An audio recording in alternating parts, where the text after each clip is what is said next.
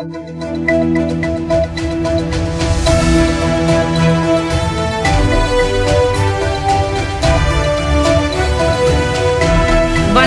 சக்தி சேனலின் புதுவையின் இன்றைய நிகழ்வுகள்.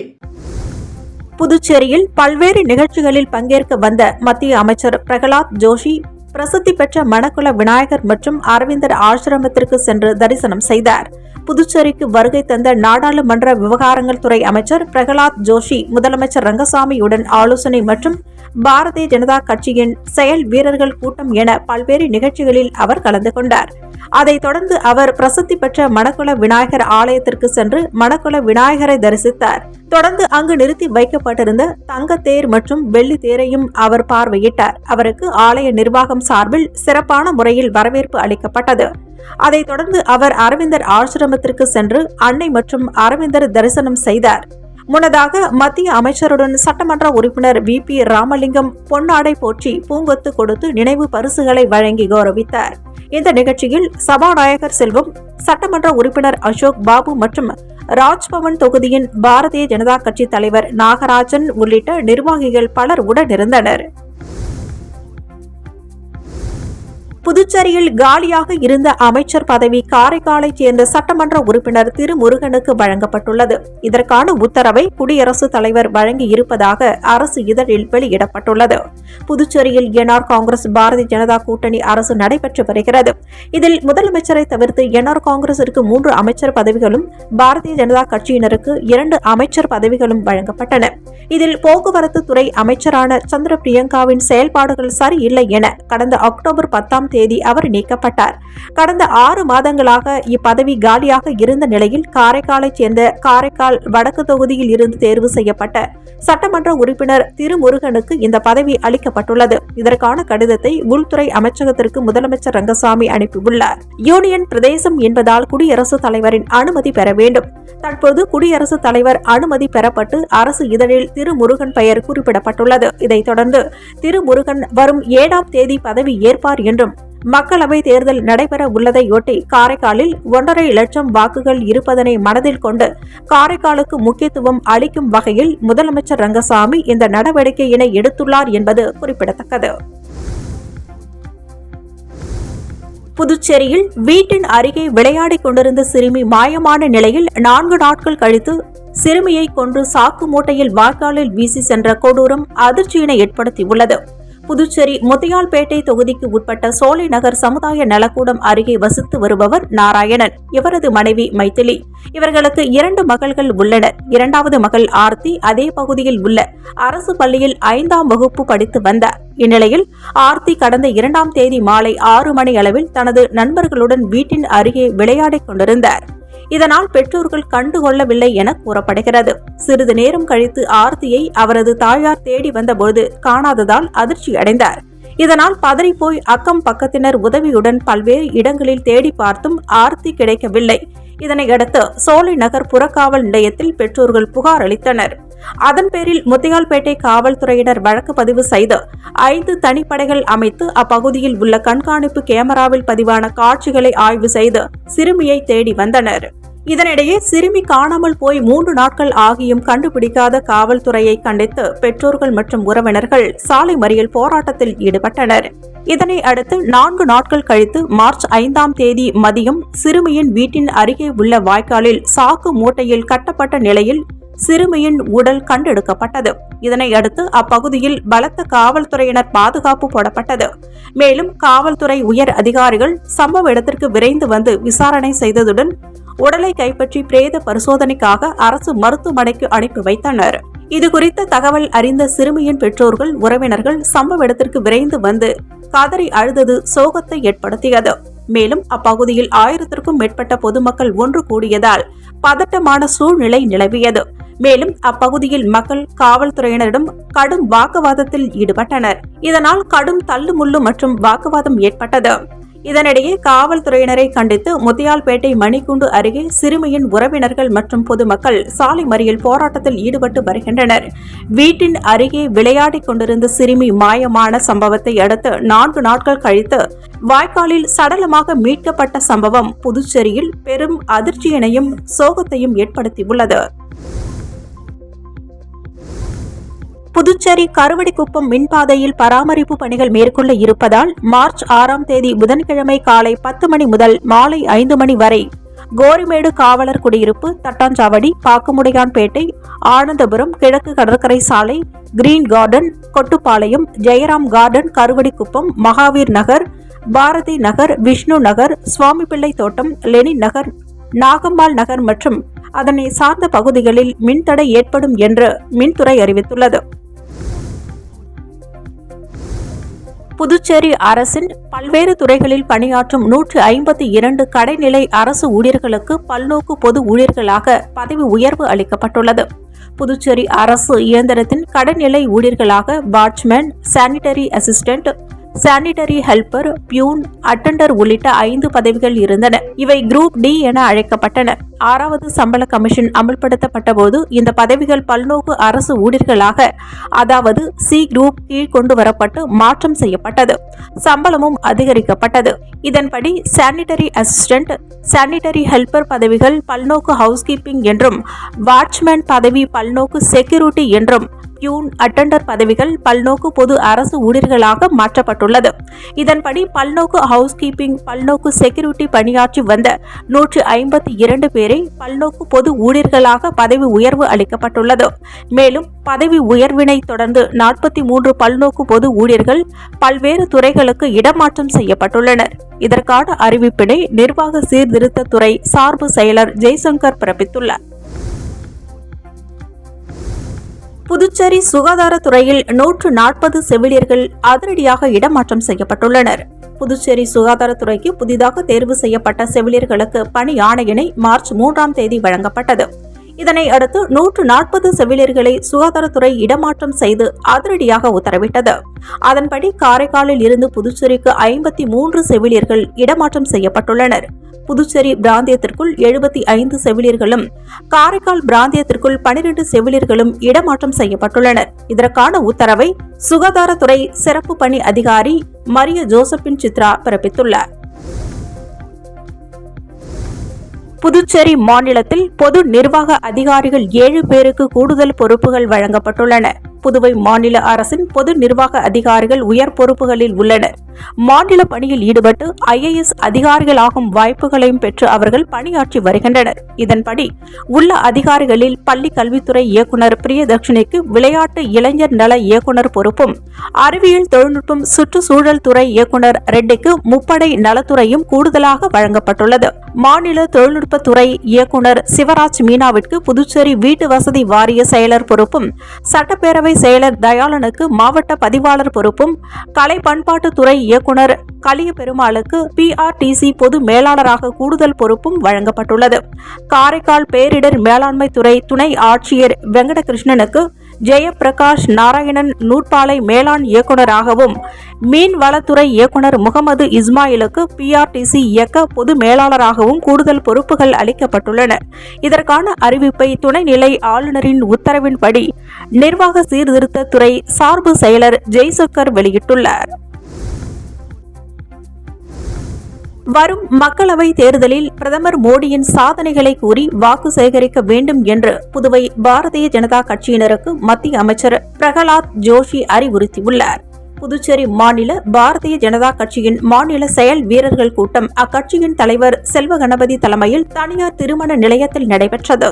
மத்திய அமைச்சர் பிரகலாத் ஜோஷி மற்றும் பாரதிய ஜனதா கட்சி மேலிட பொறுப்பாளர் நிர்மல்குமார் சுரானா, பாரதிய ஜனதா கட்சி அமைச்சர்கள், சட்டமன்ற உறுப்பினர்கள் மற்றும் மாநில நிர்வாகிகள் உள்ளிட்ட 1000க்கும் மேற்பட்ட தொண்டர்கள் பங்கேற்றனர். விழாவில் பேசிய மாநில தலைவர் செல்வ கணபதி, புதுச்சேரி தேர்தல் பிரச்சாரத்திற்காக வெளியிடப்பட்ட பாரதிய ஜனதா கட்சி துண்டு பிரசுரத்தில் எம்ஜிஆர் மற்றும் ஜெயலலிதா படத்தை பொறுப்பற்ற முறையில் பிரசுரித்த பாரதிய ஜனதா கட்சி நிர்வாகிகள் மீது நடவடிக்கை எடுக்கப்படும் என்றும், பாரதிய ஜனதா கட்சிதான் முதல் வேட்பாளர்கள் பட்டியலை வெளியிட்டதாகவும், ஆனால் அண்ணா திராவிட முன்னேற்ற கழகத்தால் வேட்பாளர் பட்டியலை வெளியிட முடியவில்லை என்றும், அவர்களால் வெற்றி பெற முடியாத நிலையில் பாரதிய ஜனதாவை விமர்சிக்க எந்த தகுதியும் இல்லை என்று கூறினார். இதைத் தொடர்ந்து பேசிய மத்திய அமைச்சர் பிரகலாத் ஜோஷி, மத்திய அரசின் பல்வேறு துறைகளில் சாதனைகள், புதுச்சேரியின் பாரதிய ஜனதா கட்சி என்ஆர் காங்கிரஸ் செயல்படுத்திய ஏழை எளியோருக்கான திட்டங்களை வீடு வீடாக சென்று எடுத்துரைத்து வாக்கு சேகரிக்க வேண்டும் என்றும், மூன்றாவது முறையாக பிரதமர் மோடி ஆட்சியில் அமர வேண்டிய அவசியத்தையும் மக்களிடம் எடுத்துரைக்க வேண்டும் என்றும் மக்களவை தேர்தல் வெற்றியினை இலக்காக கொண்டு கட்சியினர் செயல்பட வேண்டும் என்று கூறினர். மேற்கு வங்காளத்தில் நடைபெற்ற கூட்டு பலாத்காரத்தை கண்டித்து இது தொடர்பாக எவ்வித நடவடிக்கைகளும் மேற்கொள்ளாத அம்மாநில முதலமைச்சர் மம்தா பானர்ஜியை கண்டித்து புதுச்சேரி மாநில பாரதிய ஜனதா கட்சி மகளிர் அணி சார்பில் மாநில தலைவி ஜெயந்தி சர்மா தலைமையில் பேரணி ஆர்ப்பாட்டம் நடைபெற்றது. ராஜா திரையரங்கம் சிக்னலில் இருந்து தொடங்கிய பேரணியானது முக்கிய வீதிகளின் வழியாக சம்பா கோவில் அருகே வந்தபோது காவல்துறையினர் தடுப்புகளை அமைத்து தடுத்து நிறுத்தினர். அப்போது மம்தா பானர்ஜிக்கு எதிராக கோஷங்களை எழுப்பிய மகளிர் அணியினர் திடீரென தாங்கள் கொண்டு வந்த மேற்கு வங்காள முதலமைச்சர் மம்தா பானர்ஜியின் உருவப்படத்தை கிழித்து எறிந்தும் செருப்பால் அடித்தும் தீயிட்டு கொளுத்தியும் எதிர்ப்பினை தெரிவித்தனர். மேலும் தாங்கள் மறைத்து வைத்திருந்த மம்தாவின் உருவ பொம்மையினை எரிக்க முயன்றபோது காவல்துறையினர் தடுக்க முயன்றபோது இருவருக்கும் கடுமையான தள்ளுமுள்ளு ஏற்பட்டது. இதனால் அங்கு சிறிது நேரம் பரபரப்பு ஏற்பட்டது. புதுச்சேரி உருளையன்பேட்டை தொகுதிக்கு உட்பட்ட சின்னக்கடை வார்டு பகுதியான சின்ன வாய்க்கால் வீதியில் மேம்படுத்தும் பணிகள் மற்றும் புனரமைப்பு பணிகளை அதிகாரிகளுடன் சென்று சட்டமன்ற உறுப்பினர் நேரு ஆய்வு மேற்கொண்டார். புதுச்சேரி உருளையன்பேட்டை தொகுதிக்கு உட்பட்ட சின்னக்கடை வார்டு பகுதியான சின்ன வாய்க்கால் வீதியில் கடந்த சில மாதங்களாக மேம்படுத்தும் பணிகள் மற்றும் புனரமைப்பு பணிகள் நடைபெற்று வருகிறது. இப்பணிகள் இன்னும் முழுமையாக நடைபெறாத நிலையில் இப்பணிகள் மேலும் துரிதப்படுத்தும் விதமாக உருளையன்பேட்டை தொகுதி சட்டமன்ற உறுப்பினர் நேரு அரசு துறை அதிகாரிகளுடன் சென்று ஆய்வு மேற்கொண்டார்.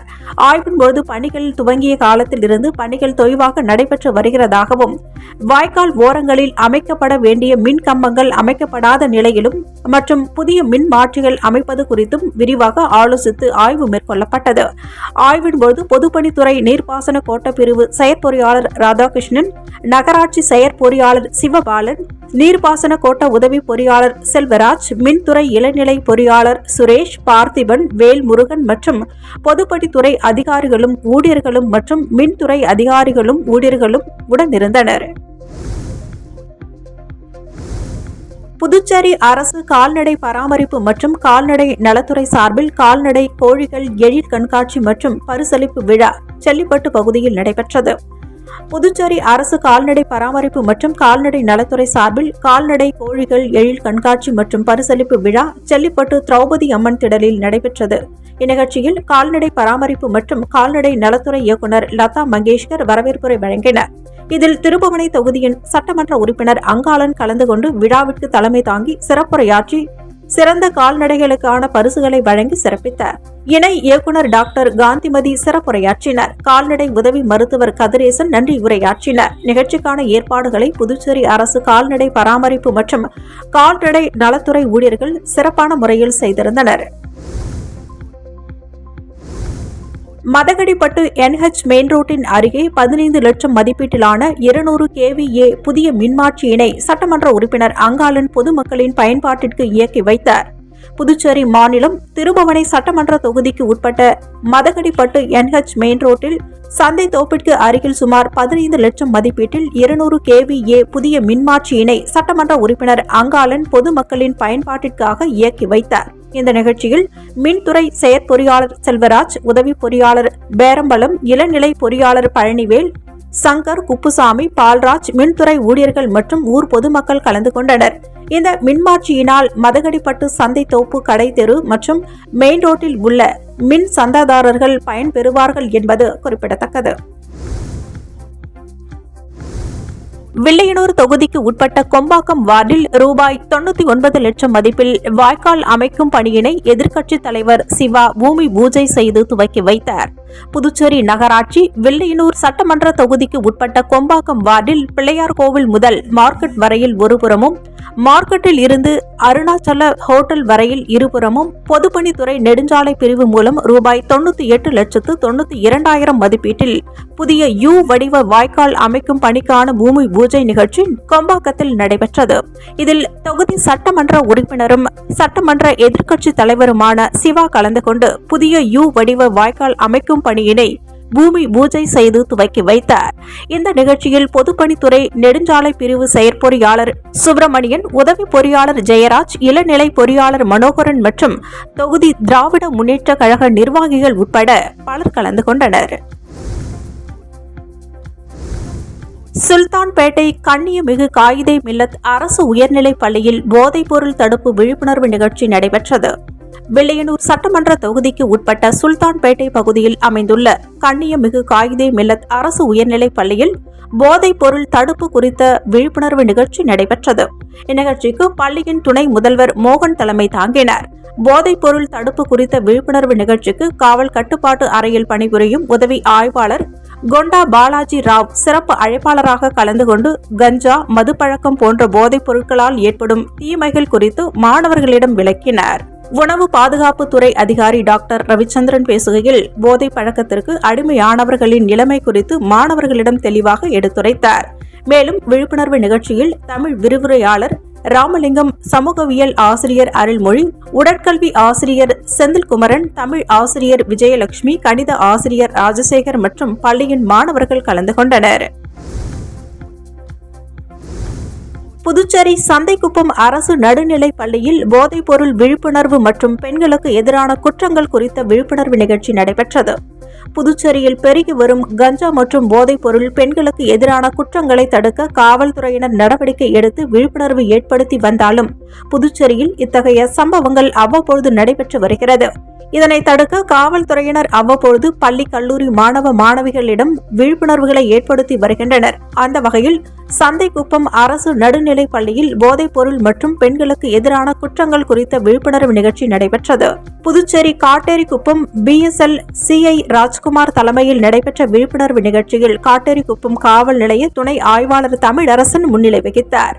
விழிப்புணர்வு நிகழ்ச்சியில் போதைப் பொருள் பாவனை, கல்வியின் முக்கியத்துவம், பெண்களுக்கு எதிரான குற்றங்கள், போக்சோ சட்டம் போன்றவைகள் குறித்து விழிப்புணர்வு ஏற்படுத்தப்பட்டது.